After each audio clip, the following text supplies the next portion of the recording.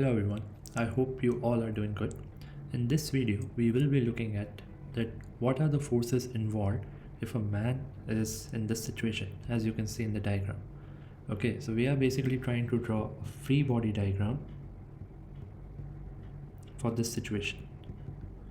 Free body diagram, just for your knowledge, it represents all forces involved. Okay, so we are trying to represent all forces starting with the mass. Okay, this man is having some mass due to which there will be a weight mg acting downwards.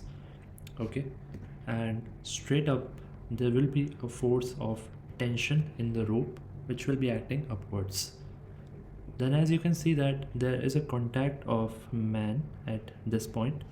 So due to this contact there will be a force which we can say a normal reaction because of the rock.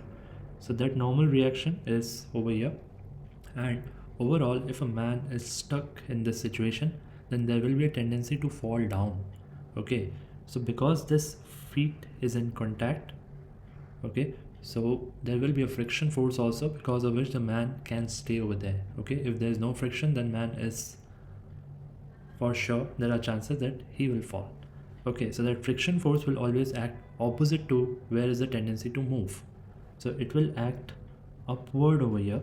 Okay, so let me draw here. It will be acting upward and there will be a force of friction like this. So in short, we have all these forces which will be acting. So if I just see that the net vertical force, that can be written as T plus F, net downward force will be mg, vertically upward force is T plus F, vertically downward is mg, and R is a force which is just a reaction because man is pushing the rock over here.